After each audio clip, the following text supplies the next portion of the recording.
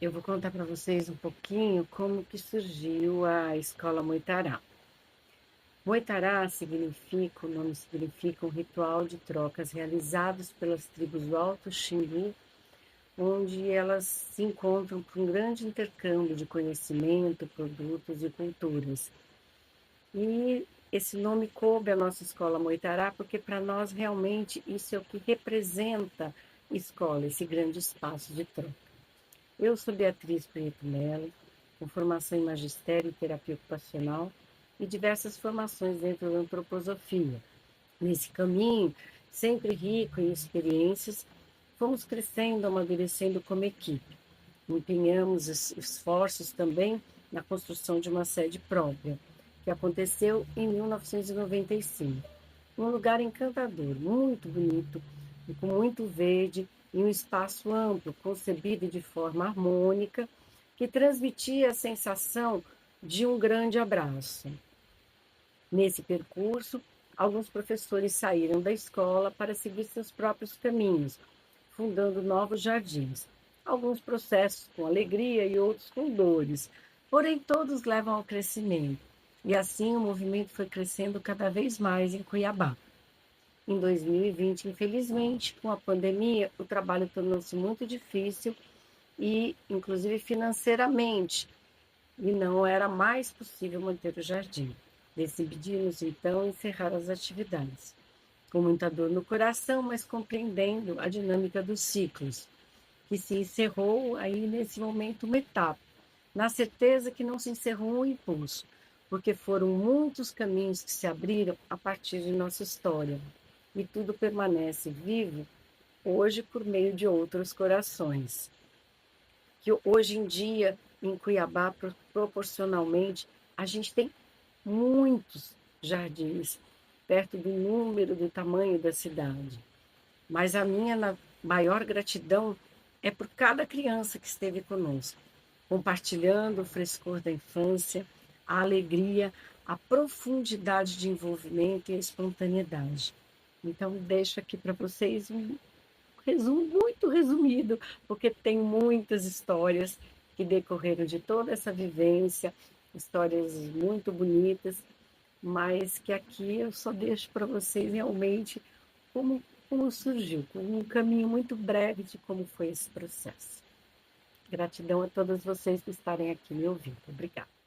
Recém-formadas professoras foram convidadas para participar de uma seleção que elas não sabiam muito bem o que era. Se dizia assim, é uma pedagogia diferente com muita arte. Fomos começar esse impulso da pedagogia Waldorf como estagiárias numa escola de periferia, no bairro Dias Macedo, centro geográfico de Fortaleza.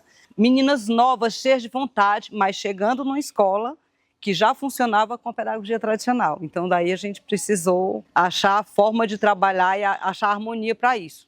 Todo mundo se apaixonou de cara, todo mundo ficou sedento, todo mundo queria aprender tudo. A gente se ajudava muito de eu quero aprender flauta, eu quero aprender tricô, eu quero aprender a fazer aquarela, eu quero... Então, o grupo de estagiárias que chegou e se deparou com essa pedagogia era simplesmente apaixonado e sonhador.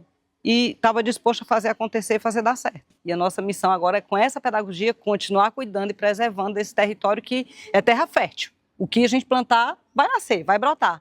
Então, daí a gente cuidar do que a gente vai lançar nessa terra, né? Mas, assim, o ritmo do jardim, no nosso caso, o primeiro ano, por exemplo, da Micael, onde a gente já tinha saído da escola pública, né? A gente passeava por um universo de cuidar da escola como um todo. Então, as crianças que eram poucas e as professoras que eram muitas, a gente fazia tudo como se a gente morasse naquela casa como uma família. Como a pedagogia Waldorf chegou em Fortaleza. O grupo J. Macedo, Dona Ângela já tinha na fundação a manutenção de algumas escolas públicas. E Dona Ângela teve a ideia de levar para essa escola, que chamava Paula Francinetti, a gente fazer essa tentativa de transição com as professoras que já estavam lá já há muito tempo trabalhando com a pedagogia tradicional e trazer um grupo de estagiárias recém-formadas, cabecinha aberta, fresquinhas, para fazerem essa colagem. E por sermos, a maioria das professoras, né, as estagiárias, moradoras de periferia, a gente queria poder manter isso como uma escola social, uma escola pública. No momento, assim, naquela época não foi possível, né? Eu acho que o desafio maior de toda escola, mas em se tratando de uma escola Waldorf, é o ser humano, entendeu? Conviver com o ser humano, o problema de comunicação é o grande vilão da história, entendeu? Porque a pedagogia, ela é linda e ela te encanta rapidamente, você rapidamente decide que você quer aquilo para você, mas no dia a dia, na prática, você lida com ego, você lida com financeiro, você lida com uma série de questões que são mais terrenas e materiais e nem sempre é fácil administrar isso.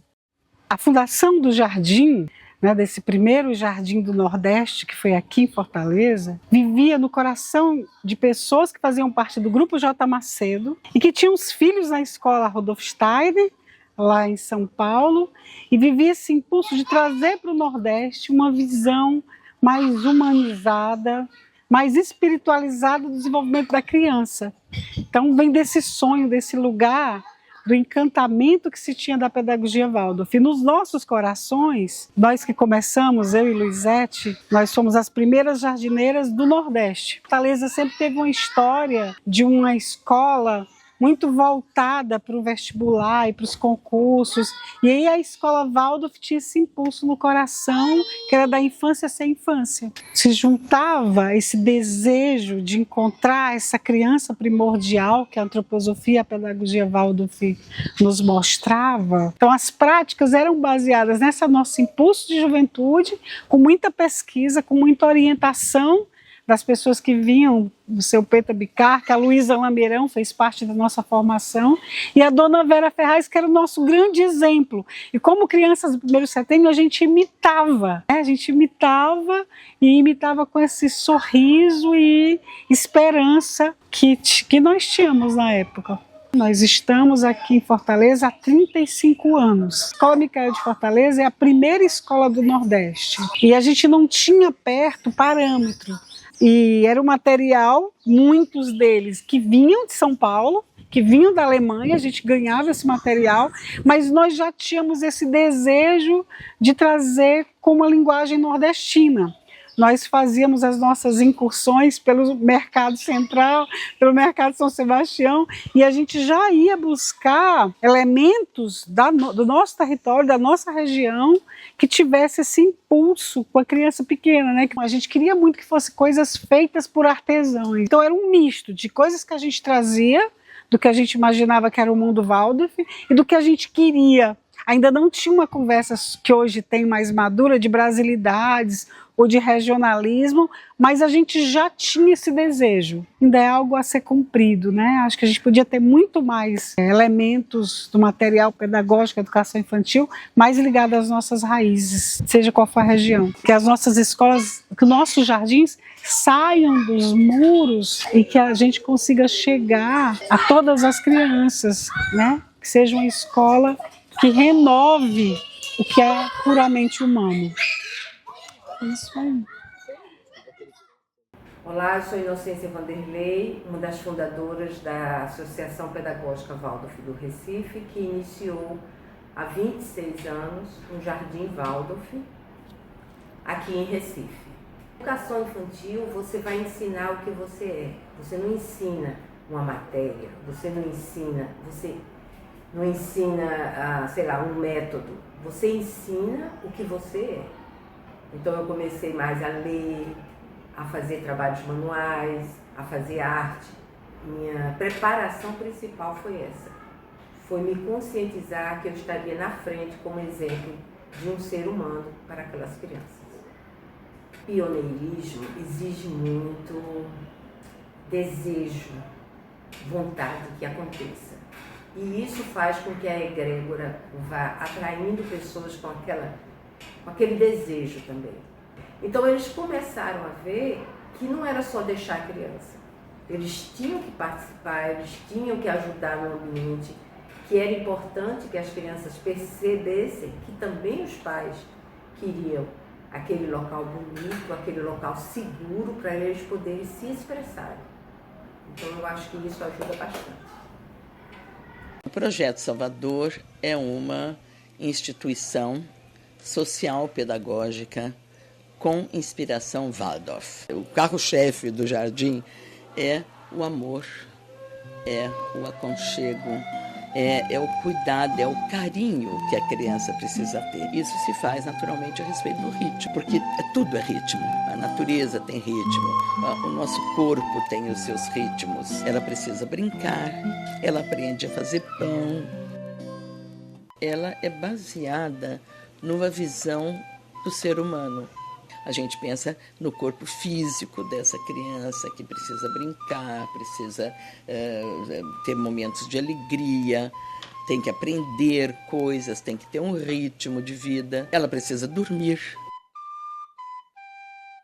Ela faz aquarela, ela trabalha com massinha, canta, dança também, brinca.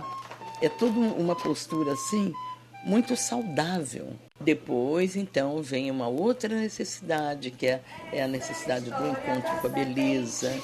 De 7 a 14 anos, o momento dela é outro, é de troca com o mundo, é de conhecer, de ver o que acontece. Na realidade, precisaríamos ter um outro espaço, um outro local onde essas crianças pudessem brincar, onde você pudesse ter uma classe ampla.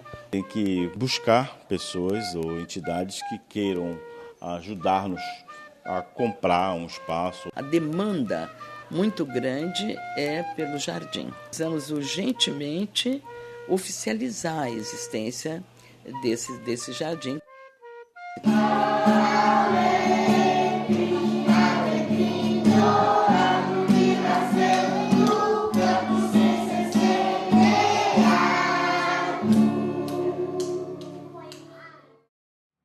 Sou Maria José Martins Souto, tenho 59 anos, sou professora da Moara desde a sua fundação.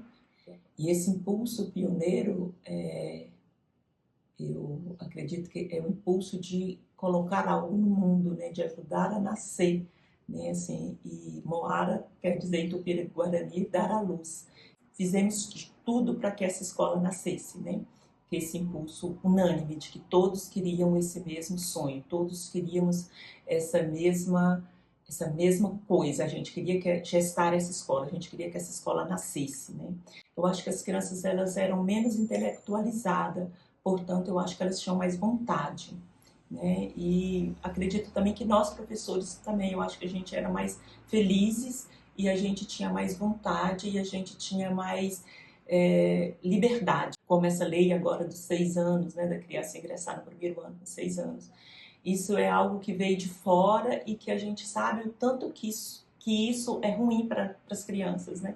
A gente sabe que como é importante esse último ano de jardim na educação infantil e as crianças elas não estão mais vivenciando esse último ano de jardim, que é tão importante para essa construção desse corpo físico, né?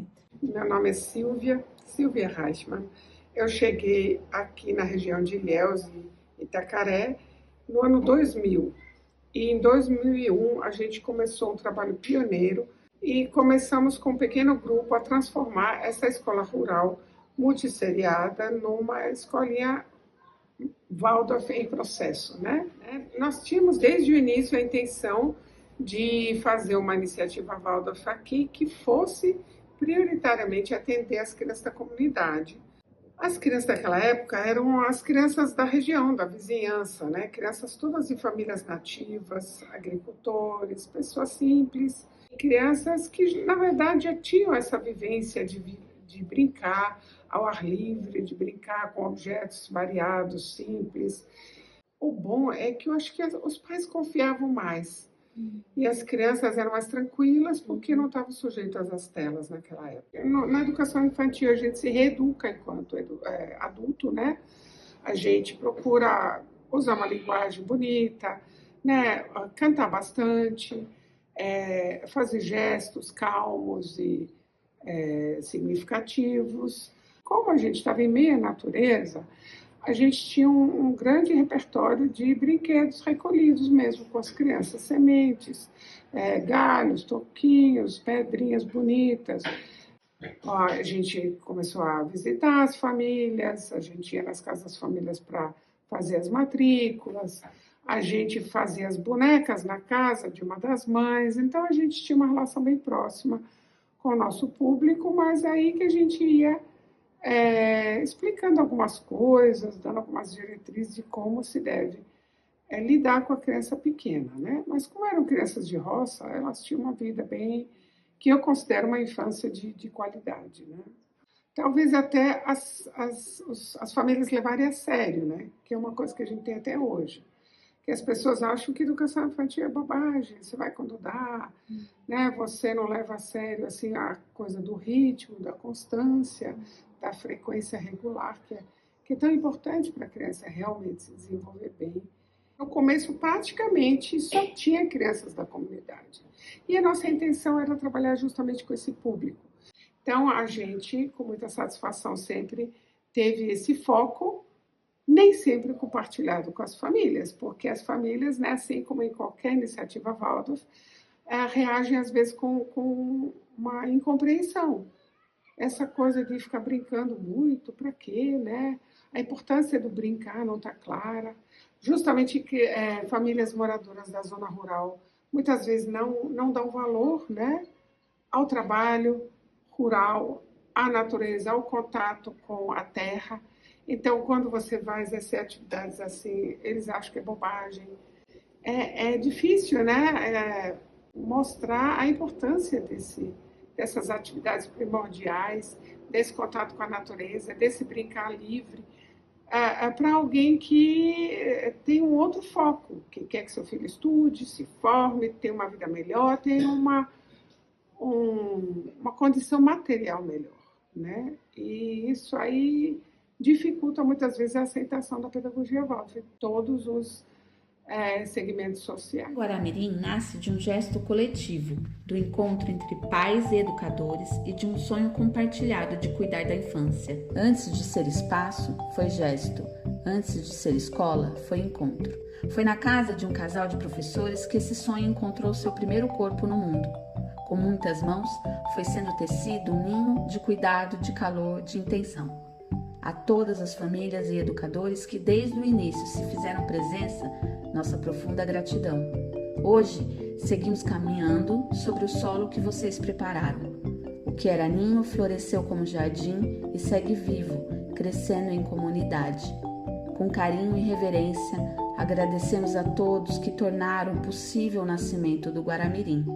A iniciativa, a doação e o caminho aberto por vocês nos permitem estar aqui hoje.